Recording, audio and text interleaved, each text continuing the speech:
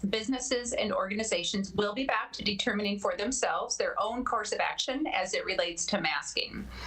Businesses and organizations may still choose to continue to require masks. And the city of Duluth, for instance, will still require masks inside our buildings because we do think that this is still what works best to protect the health and safety of staff. And also because it is in line with the guidance from the Minnesota Department of Health and the CDC, both of whom recommend masking for people aged 2 and up. At the city, we will continue to track and revisit data in the coming weeks, and we will provide any updates should this requirement change. Like everyone else, I am personally very ready to live without a mask every day, and I am hopeful that as the weather turns warmer and caseloads continue to go down, we can get back to that. But for now, here at the city of Duluth, we will continue to require masking.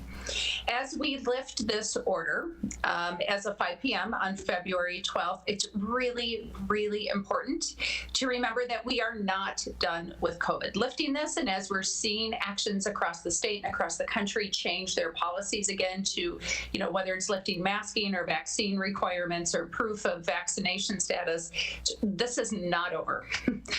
People really are still getting sick.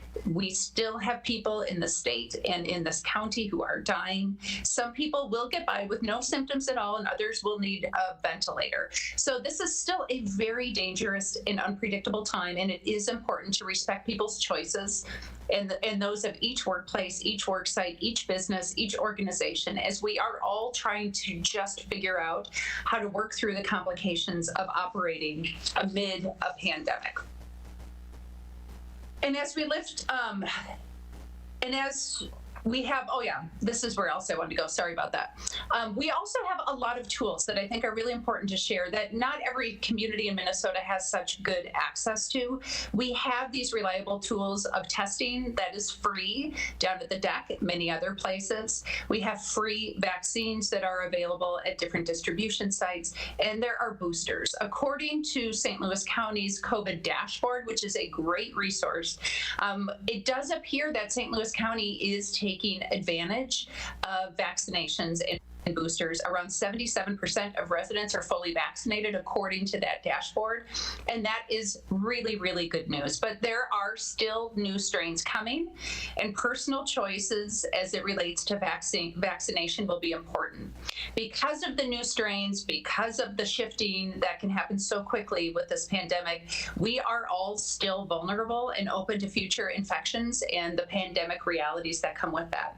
And so to me, that's actually another reason to allow this executive order to expire. It's actually my personal feeling that because of the tools we have available, because of the broad access we have to testing and vaccines and boosting, we are now moving towards not ending this pandemic, but finding out ways we can coexist with it. I will still choose to wear masks. So will many people that I know. I will still choose to wear them inside, whether or not they are required, although again, we are requiring them here at the city of Duluth. And then finally, I just want to say the context within this. And talking to the county and talking to the hospitals, there are still high hospitalization rates. We are seeing across the state significant decreases in ICU and in hospitalizations and the number of pediatric patients. We are starting the climb down, but we are not where it would be ideal to be by any means. So for our local healthcare providers, we know that this continues to be a very difficult and stressful time.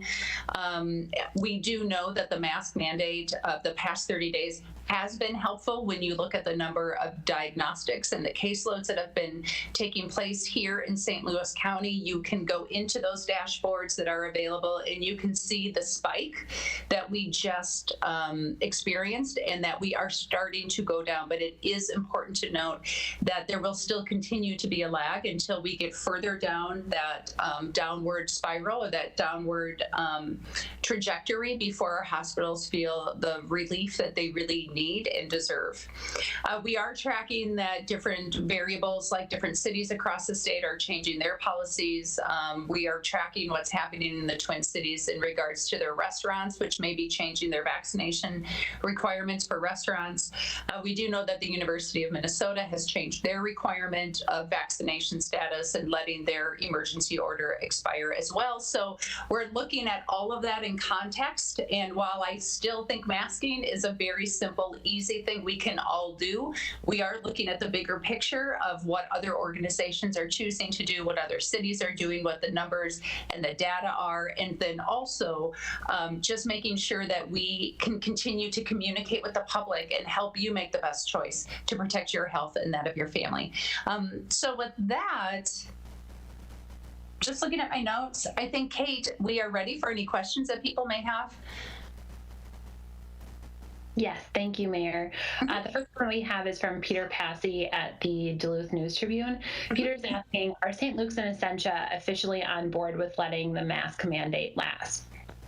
Thank you, Peter, for the question. I have spoken directly with both hospitals. They know and understand what we're doing and understand why. I did not ask other people to be on this event today, knowing that they would need to.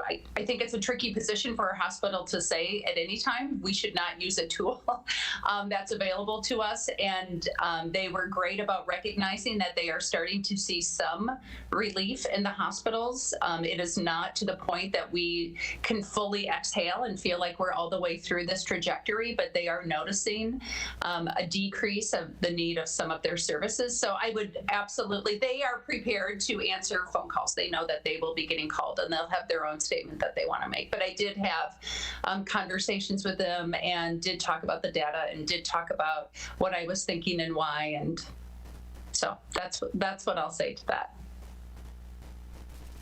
Thanks, Mayor. And I think we're just waiting for a couple others to jump in here, so I'll give them a sec. The mayor did mention about our website. So the city will update our website after 5 p.m. on Friday that the emergency and local declaration has been lifted in addition to the mask mandate. So you will see that still populated on our website until that expires on, Saturday. So just so that the public knows that. Also still, we will have information that we get from the state and from our partners every Thursday of where you can get vaccinated and also where you can get tested. And so please continue to look for our site and additional resources for that information. Peter is asking again, were any citations issued in the past few weeks for a violation of the masking order? And Mayor, if you don't mind, I'll take that one. Yeah, thank you. You're welcome. Peter, I did talk with DPD this morning, and no citations have been issued within the time frame that has happened so far. So no to any citations. And then complaints. I will say that, Kate. Sorry, we did get people did complain to the email site that we provided, which was actually really helpful. So allowed us to be able to have conversations as needed with places. And we did have some conversations with places about, how they were interpreting the mask requirement. And that was really helpful to hear from people when they had those questions and concerns. Yes, absolutely. And then finally, Peter's asking, was compliance decent? And Mayor, do you want to take that one? I mean, yes, I would say yes and no. I mean, we are looking at compliance as part of whether or not this would be extended or not. I think, as everyone knows, the way that putting something like this in place works if people will go there with you, right? If they will see that there is a need, that they can contribute to a positive outcome. And I will say that sincerely, looking at the data, which again is publicly available, and I'm sure you all will go in and see it, you will see that cases are declining. I mean, that is a direct result of people changing their behavior. There is no question about that. And we are back to seeing some of what we saw before the concern about when the spike started. So again, that information is out there and very easy for you to find. So we did get complaints and concerns about compliance for sure.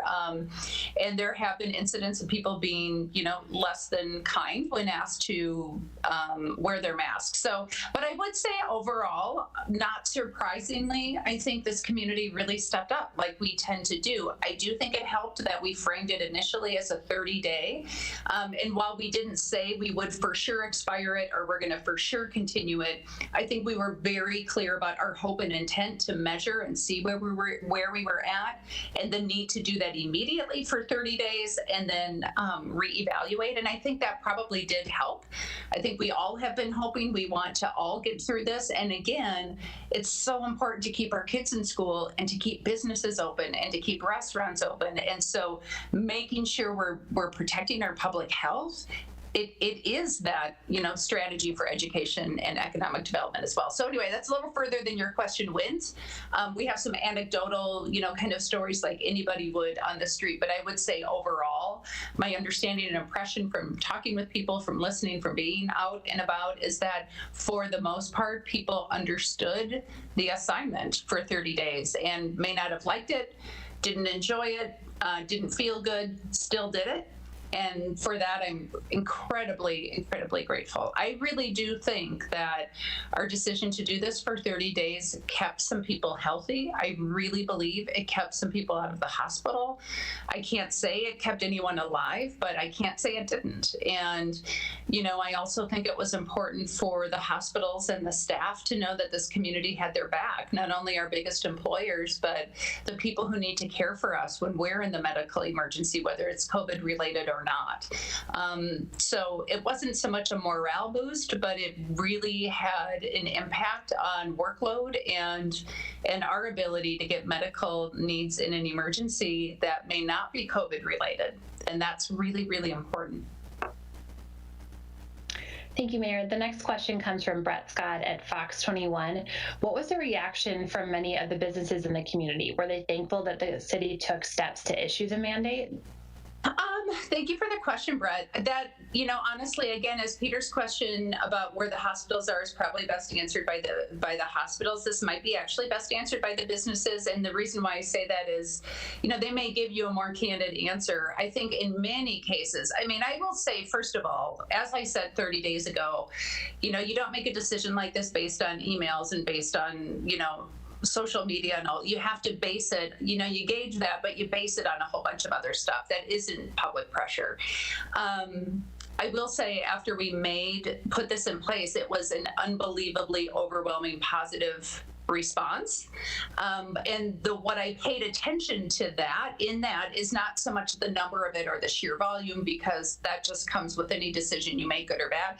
But what I paid attention to in that were businesses who appreciated the cover, quite honestly, of the city saying, right, this is the decision we're going to go. We made the decision, and to take that pressure off of the business who already is trying to figure out how to keep themselves healthy and well, their workers, if they have customers, if they have clients. So there was, my sense, the feedback that I got, a sense of relief that decision did not have to be made by an individual business. They could completely blame the city for that.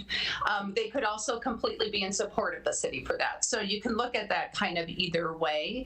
I do think it is really stressful, however, and many people had signs really placing the responsibility for that decision on the city, which is completely appropriate and totally fair. So no issue with that at all. But I do think it is very stressful to be that person at the door reminding people, whether you go to Costco where, someone's literally standing at the door reminding you as part of the membership entrance, or whether it's a restaurant or a movie theater.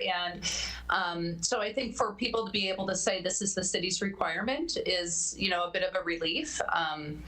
And so, again, please be respectful of every workplace who's just trying to figure this out. They're not trying to make people mad. They're not trying to make people sick. They're just trying to figure it out. So. Thank you, Mayor. I don't see any other questions in the chat, so we'll just thank you all for being a part of the press conference today, whether you're a member of the media, whether you're joining us on Facebook and watching us in live time, or whether you're going to watch this later. I hope this information has been helpful to you. We certainly, as Mayor Larson said, appreciated the public's response and willingness to participate in this requirement, as other cities across Minnesota have taken in the last 30 days plus. So again, hope you enjoy this nice warm up in weather that we're having. Get outside and get some vitamin D. Have a great day. Thanks, everybody. Thank you, Kate.